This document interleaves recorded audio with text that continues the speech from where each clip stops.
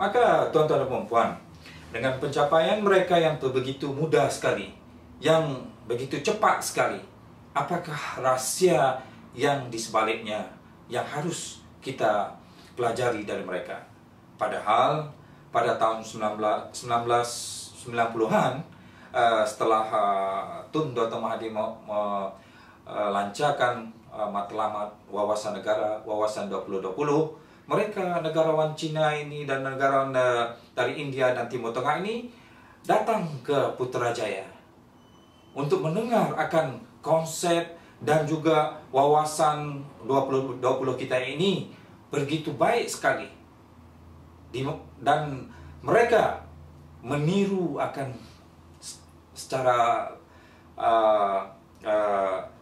tidak langsungnya master plan yang kita rencanakan untuk pembangunan negara Malaysia ini dibawa ke negeri Cina, dibawa ke negara India, dibawa ke Timur Tengah. Ternyata mereka lebih berjaya. Kenapa persoalannya? Ini membuktikan mereka 30 tahun yang lalu tidak ada kita melihat orang Cina, orang India merata-rata di dunia, orang Arab merata-rata di dunia sebebasnya, dan kita tidak kenal negara Dubai ataupun Abu Dhabi sebelumnya 40 tahun yang lalu. Kita hanya kenal Saudi Arabia, Kuwait, Iran, Iraq, Libya, Egypt, dan tidak kenal Dubai, dan tidak mengetahui di mana kedudukannya Dubai ataupun Abu Dhabi. Tapi kenapa sekarang mereka lebih terkenal daripada negara kita? Mereka boleh maju daripada negara kita. Sebuah padang pasir yang lapang, yang seperti padang Tukuku, yang bisa menjadi sebuah negara seperti Los Angeles, seperti New York City, seperti London, seperti Paris, seperti Tokyo, dan di mana-mana dunia yang termaju. Mereka juga mempunyai kemampuan seperti negara ini. Kenapa? Kalau kita bandingkan dengan pencapaian negara kita, kita tidak berbeda. Negara kita juga mempunyai banyak kemajuan dan landmark-landmark yang tertentu. Yang tertentu boleh dibanggakan. Kalau dibandingkan dengan negara Dubai, negara Malaysia, kita juga mempunyai landmark bangunan yang cantik seperti Twin Tower KLCC, KL Tower, Putrajaya, KLIA, port kita yang juga bertambah, Port Klang Port, North West Port, dan sebagainya. Seumpama seperti mana di Dubai dengan Khalifa Tower, Burj Arabnya, Khalifa Tower yang sejumlah 168 lantai ini, dan banyak perhotelan, pertumbuhan perhotelan dan mall-mall yang cantik di dunia, terbesar di dunia. Tidak bedanya dengan negara kita. Cuma hanya perbedaannya sekarang ialah hasil pendapatan per kapita kita dan juga hasil pendapatan pengeksporan kita dengan mereka. Dan juga membedakan yaitu perubahan yang drastik berlaku pada negara mereka dengan waktu yang singkat, dengan waktu hanya 20 tahun di Timur Tengah. Kita mengambil masa hampir 50 lebih tahun, 54 tahun. Dan negarawan kita yang masih di dalam golongan kategori kemiskinan masih di dalam golongan 70%. Maka saya suka cita mengambil kesempatan ini untuk berbincang dengan para bijaksana, para ekonomis, para pemimpin, dan juga para negarawan, dan juga para mahasiswa dan mahasiswi yang saya hormati sekalian, supaya kita bersama-sama mengkaji kenapa mereka yang begitu baru dan boleh mencapaikan kemajuan dengan waktu yang singkat, mereka boleh menjadi sebuah negara yang maju.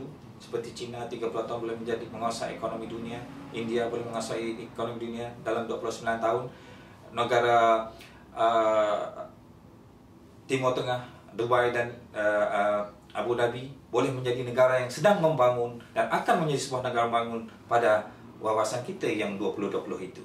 Mereka telah ambilkan daripada kita. Dan bagaimana persiapan kita?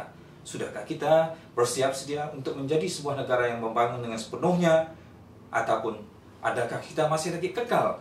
Harus kekal dan tetap kekal dengan sentiasa berpuas hati dengan apa yang telah kita miliki sekarang adalah sudah mencukupi. Ini tidak harus dan tidak patut. Sebagai sebuah warga, kita harus insaf dan sadar bahwa bukan masanya kita berpuas hati dengan pencapaian yang tidak semaksimal ini. Harus kita melakukan lebih dari apa yang telah diciptakan oleh negara Cina, negara India, negara Timur Tengah ini. Kita harus bisa boleh melakukan dengan lebih baik, lebih bagus, karena semua ideologi ini, strategi kejayaan mereka ini bermula dari kita. Dan harus kita mulai kaji semula kenapa kejayaan mereka ini mesti ada formulernya. Kenapa investor ataupun pelabur-pelabur asing yang datang ke negara ini, yang berminat kepada negara-negara ini, yang sebenarnya mereka inilah yang telah membangun tetapi bangkrut di dalam tahun 2008. Seperti Amerika, seperti Eropa, juga British dan negara-negara Eropa yang lain bangkrut pada tahun 2008, termasuk Rusia. Mereka ini yang membangun negara Cina yang dulunya tidak disukai ramai. Tetapi apabila ada transformasi perubahan yang baru, yang mana nekat memberi ke perubahan yang drastik, yang keterbukaan dengan transformasi, transparansi, dan juga satu sistem yang lebih efektif dengan dasar kepimpinan mereka, Deng Xiaoping, yang lebih keterbukaan dan juga membawa kepada toleransi pemerintah yang jauh beda daripada sistem pemerintah yang 30 tahun yang lalu, maka mereka membangun Cina menjadi kuasa ekonomi yang kedua dengan jayanya. Begitu juga transformasi berlaku di India dan Timur Tengah. Ini berlaku karena mereka bersiap sedia menerima perubahan. Perubahan yang kita maksud di dalam konteks pembangunan buku saya ialah perubahan, yaitu perubahan yang benar-benar menjamin kepada, pertama sekali, menjamin kepada kemajuan negara diutamakan. Tentu sekali kemajuan negara itu membawa kepada pembangunan dan memberi kepada pembangunan kejayaan, pembangunan ekonomi pada rakyat. Tentu sekali pembangunan rakyat ini akan juga menyumbangkan kepada keamanan, kepada kestabilan politik dan sosial negara dan sebagainya, akan membawa kepada keberuntungan kita sebagai warga yang akan menjadi sebuah negara yang maju seperti negara mereka.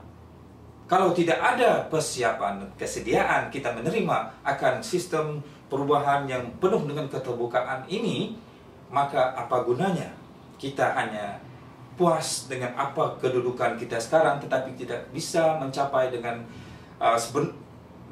pencapaian sebenarnya, semaksimalnya. Karena kita harus bayangkan sekarang dengan pencapaian mereka yang begitu singkat bisa menjadi sebuah negara maju. Kita 54 tahun sudah merdeka. Haruskah kita hanya berdiam diri dan berpuas hati dengan tanpa melakukan sebarang perubahan, dengan menerima sebarang perubahan yang sebenarnya untuk menjaminkan supaya perjanjian kita dengan dunia yang akan menjadi sebuah negara maju pada tahun 2020 ini nanti tidak akan menjadi pembohongan ataupun ianya tidak akan menjadi kenyataan, maka siapa harus menjawab semua persoalan ini? Maka itu dalam konteks buku Perubahan Membawa Harapan yang saya tuliskan ini, yaitu jelas menyatakan negara Malaysia memerlukan sebuah pemimpin yang berani, yang berwawasan, yang mempunyai hala tuju untuk membangun negara, untuk melakukan perubahan drastik ini, supaya boleh menjaminkan kepada keyakinan